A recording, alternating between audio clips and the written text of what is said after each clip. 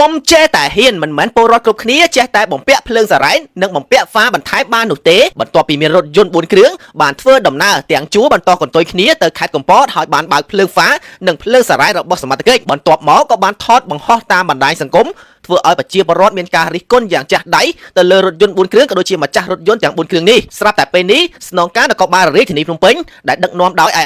ដាមសេនីយ៍ជួននរិនស្នងការរងនិងជាស្នងការនគរបាលរាជធានីភ្នំពេញបានចេញបទបញ្ជាឲ្យអញ្ជើញម្ចាស់រថយន្តទាំង4គ្រឿងមកធ្វើការអប់រំណែនាំហើយនឹងធ្វើកិច្ចសន្យាកុំឲ្យថ្ងៃក្រោយចេះតែហ៊ានបំពាក់ភ្លើងសារ៉ែននិងភ្លើងហ្វាបន្ថែមលើរថយន្តទៀត Nachi Collagen គឺជាផលិតផលដែលថតជើងនៅលើទីផ្សាររយៈពេល4ឆ្នាំជាងនេះអ្នកដែលគាត់ចង់បានស្បែកសភ្លឺថ្លាតែខ្ជិលលាបឡេជ្រើសរើសញ៉ាំជាមួយ Nachi Collagen បានចំណុចពិសេសរបស់ Nachi Collagen ក្នុងមួយប្រអប់មានរហូតដល់15កញ្ចប់ហើយបាននិយាយរឿងលក់ដាច់នោះគឺលក់ដាច់ខ្លាំងមែនតើរត់ស្តុកលក់អត់តនេះបាននិយាយពី feedback វិញគឺច្រើនខ្លាំងមែនតើតែចង់ញ៉ាំបានផលគ្រប់គ្នាញ៉ាំទៅគឺជួយធ្វើឲ្យស្បែករបស់យើងសភ្លឺថ្លាជាមួយសក់ជាមួយស្បែកជាមួយកញ្ចក់បាត់មុនបាត់ស្នាមបាត់ចោមអាចរុយជួយព្យាបាលរោគស្ត្រីបំបាត់ខ្សែសធំក្លិនជួយឲ្យរដូវមកទៀងទាត់អាចរកទិញបាននៅលើទីផ្សារយោងតាម page ស្នងការដ្ឋាននគរបាលរាជធានីភ្នំពេញបានបង្ហោះវីដេអូធ្វើការអប់រំនិងណែនាំធ្វើកិច្ចសន្យាទៅលើម្ចាស់រថយន្តទាំង4គ្រឿងនេះដោយខ្លឹមសារខាងលើបានសរសេរថាអនុវត្តតាមបទបញ្ជាអាដាមសេនីយ៍ជួននរិនអគ្គស្នងការរងនិងជាស្នងការនគរបាលរាជធានីភ្នំពេញកម្លាំងនគរបាលចរាចរណ៍ដឹកនាំដោយលោកអាដាមសេនីយ៍តូហេងរតនាស្នងការរងផែនការងារចរាចរណ៍បានចាប់ឃាត់រថយន្តស៊េរីទំនើប4គ្រឿងដែលបានបំពាក់ភ្លើងសារ៉ែនរបស់សមត្ថកិច្ចដោយគ្មានអនុញ្ញាតនិងខុសច្បាប់ការចាប់ឃាត់នេះគឺដើម្បីធ្វើកិច្ចសន្យាអប់រំ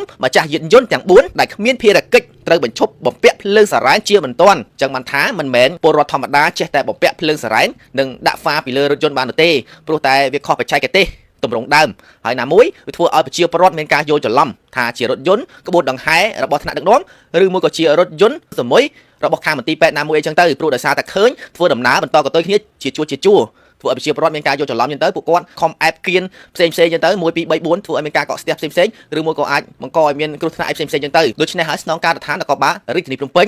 បានអញ្ជើញពួកគាត់មកធ្វើការណែនាំនិងអប់រំឲ្យធ្វើកិច្ចសន្យាឲ្យថ្ងៃក្រោយកុំឲ្យមានការបំពាក់ភ្លើងសារ៉ែននិងដាក់ហ្វាចាំងភ្នែកទៅលើបងប្អូនប្រជាពលរដ្ឋដែលធ្វើដំណើរតាមដងផ្លូវទៀតសូមទោសដល់បងប្រជាពលរដ្ឋទាំងអស់គ្នានៅក្នុងបណ្ដាញសង្គមបងទាំងអស់គ្នាដឹងថាហេតុអីបានសមាជិកហៅបងប្អូនមកឲ្យឡាន4គ្រឿងមកហ្នឹងហើយហើយទាំងឡានទាំងអស់មកដឹងមូលហេតុអីហ៎ដឹងមូលហេតុអីគេសារខ្ញុំហុសក្នុងទឹកដោយសារបងបំពាក់ស្រ័យអញ្ចឹងម្សិលមិញហ្នឹងម៉ោងប្រហែល5ល្ងាចហ្នឹងបងឯងបោះបាទករណីឡាន4គ្រឿងហ្នឹងបានធ្វើដំណើរទៅកពតហើយបើកស្រែនបាទហើយបង្កើតវីដេអូមួយឬមាតិកាចង់ល្បីបាទឥឡូវសមាជិកហៅមកណែនាំបាទទី1បងប្អូនអត់មានសិទ្ធដាក់ស្រែនរត់ដូចក្បួនអញ្ចឹងទេខុសភ្លើងលើដំបូងនោះក៏ខុសដែរហើយឡានដាក់ស្រែនទាំងអស់ឥឡូវឧទាហរណ៍នេះឡានខាងចុងអញ្ចឹងគឺដាក់ស្រែនអញ្ចឹងប៉ះពាល់ដល់បងប្អូនប្រជាពលរដ្ឋយើងរត់តាមដងផ្លូវបងប្អូនប្រជាពលរដ្ឋយើងច្រឡំឡានថ្នាក់ដឹកនាំណាអញ្ចឹងយើងរត់លឿនណាឡានអស់នេះអញ្ចឹងអត់អាចទទួលយកបានទេអញ្ចឹងកែខ្លួនអត់អាចធ្វើអញ្ចឹងទៀតបានទេនេះតកងឡាន Defender ណាសិតតែមានស្រែនអស់ឥឡូវដោះចេញអស់នៅឈប់ឲ្យមានណាឥឡូវសន្យាមកសមាជិកបាទខ្ញុំបាទសូមទោសដល់បងប្រជាពលរដ្ឋទាំងអស់គ្នានៅក្នុងបណ្ដាញសង្គមពួកខ្ញុំនឹងកំហុសហើយថ្ងៃនេះខ្ញុំអរគុណដល់អាដាមស្នងការនគរបាលរាជធានីភ្នំពេញដែលបានហៅខ្ញុំមកអប់រំសូមបងប្អូនគុំយកគំរូតាមខ្ញុំដោយដាក់ហ្វានៅពីលើឡានជាមួយនឹងភ្លើងស្រែងវាជាគំរូអាក្រក់ដល់ប្រជាពលរដ្ឋ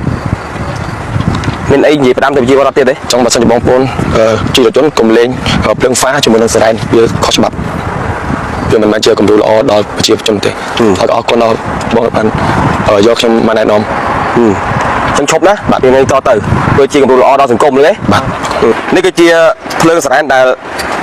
ក្រុមបងប្អូនទាំងអស់នេះក៏ដោះមកឲ្យសមាជិកហើយភ្លើងហ្វានោះយើងមិនដោះដែរហើយសូមបងប្អូនប្រជាពលរដ្ឋបើមានភ្លើងដាក់ឡានសូមឲ្យដោះចេញព្រោះកម្លាំងនគរបាលចរាចរណ៍យើងគឺមិនអាចអនុញ្ញាតឲ្យបានទេចំពោះភ្លើងស្រែនអស់នេះគឺដាក់ទៅគឺអាចមានផលប៉ះពាល់ដល់បងប្អូនប្រជាពលរដ្ឋយកច្រឡំថាទី1អាចយកច្រឡំថាឡានពេទ្យទី2អាចយកច្រឡំថាឡានស្រែនបោះក្បួនថ្នាក់ដឹកនាំដល់អញ្ចឹងធ្វើបងប្អូនអែបគៀនទាំងអស់ណាអែបគៀនហើយស្ទះពេញនឹងទាំងអស់ឬក៏តាមផ្លូវអាចធ្វើគ្រោះថ្នាក់ដល់បងប្អូនប្រជាពលរដ្ឋទៀតអញ្ចឹងអត់អាចដាក់បានទេអញ្ចឹងសូមកុំធ្វើដំណើរតាមអត់ត្រូវទេហើយនេះគឺសមាជិកបានឲ្យដោះចេញទាំងអស់អត់ຕົកទេគឺហ្វាចាំងយប់ឡើងបើកតាហ្វានេះមួយឡានផ្សេងទៀតបើកអត់កើតទេ